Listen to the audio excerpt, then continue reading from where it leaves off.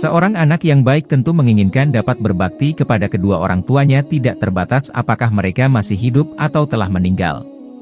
Bahkan sejumlah riwayat menyebutkan bahwa berbuat baik atau berbakti kepada orang tua jauh lebih sulit dilakukan ketika mereka telah meninggal dibandingkan saat masih hidup.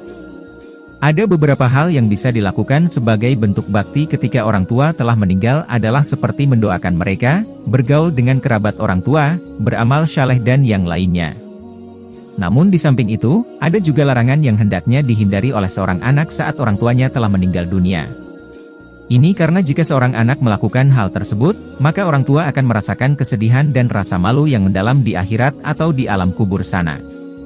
Hal tersebut tertulis jelas dalam Al-Wadul Haq, setiap kali melakukan kebaikan, aku melihat ayahku tersenyum di dalam mimpiku. Beliau berkata, semoga Allah Ta'ala memuliakanmu dengan kebaikan. Engkau telah memuliakan aku di antara para penghuni kubur. Beberapa saat kemudian Rawabah absen dalam kebaikan dan justru lebih banyak melakukan perbuatan yang tidak berpahala dan perbuatan dosa. Rawabah pun melihat kondisi ayahnya dalam keadaan yang berbeda. Tatkala aku terjerumus dalam perbuatan buruk, tutur Rawahah bin Abdullah, aku melihat ayahku menggigit jari jemarinya. Beliau bertutur, engkau telah membuatku sedih, anakku. Jangan kau ulangi lagi. Karena aku tidak berani bertemu dengan para penghuni kubur lainnya, lantaran rasa malu.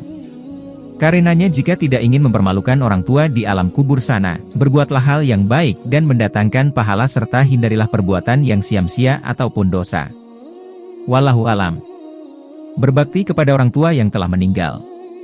Suatu hari Abdullah bin Zaid, seorang perawi masyhur yang banyak meriwayatkan hadits dari Anas bin Malik, bermimpi melihat semua kuburan terbuka dan semua penghuninya keluar dari kuburnya.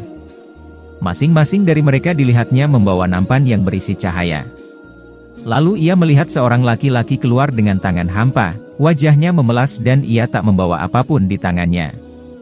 Melihat kejadian tersebut, Abdullah bin Zaid heran, kemudian bertanya pada laki-laki itu, Assalamualaikum wahai penghuni kubur, apa yang telah terjadi padamu, mengapa kamu tidak membawa nampan yang bercahaya seperti mereka?